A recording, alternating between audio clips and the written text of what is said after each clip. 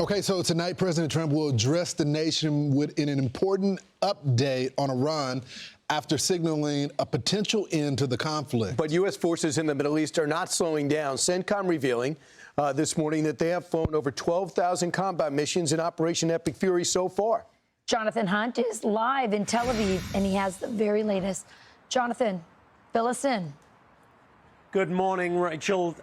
There is a lot of concern here that the Iranians might try to mark the beginning of the Jewish holiday of Passover with a huge missile barrage when that holiday begins at sunset tonight. Today, after the sun rose, the Iranian missile launchers were certainly very busy. At least 5 strikes aimed here at Tel Aviv itself.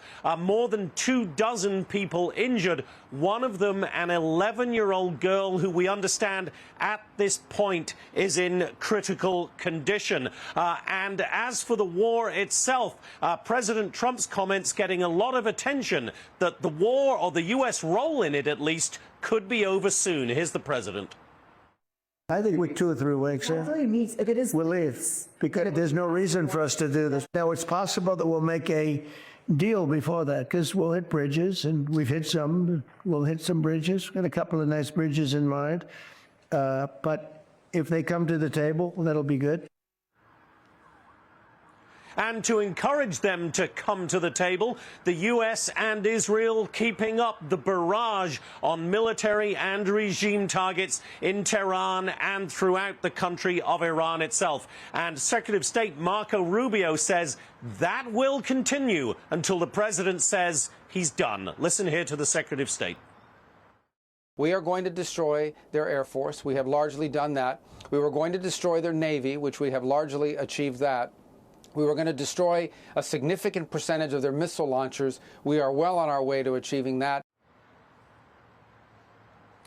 Another thing getting a lot of attention here today, the president's comments to London's Daily Telegraph newspaper that he is, quote, seriously considering pulling the U.S. out of NATO. That obviously would be a historic decision. The UK Prime Minister Keir Starmer responding today defiantly, saying once again, as he said before, this is not our war, and we, the UK, will not be dragged into it. The future of the NATO alliance seems very much up in the air today. Back to you guys. So, Jonathan, I'm just curious, you know, what's the response from the European people, the people of the UK? Are they concerned about that the president is now saying that he won't have NATO's back if they don't help us with this? I think there is obviously concern among all the European nations about a U.S. withdrawal from NATO, because it would be a huge budgetary gap that NATO would have, of course, and it takes away the might of the U.S., which acts as a huge deterrent. And I think what people in Europe are going to be looking at is who would be happiest about a U.S. withdrawal from NATO. The answer the European people would say to that is one Vladimir Putin sitting in Moscow. So, yeah, there's a lot of concern about a potential U.S. withdrawal from NATO, Lawrence. All right. Thanks so much. I'm Steve Doocy. I'm Brian Kilmeade. And I'm Ainsley Earhart. And click here to subscribe to the Fox News YouTube page to catch our hottest interviews and most compelling analysis.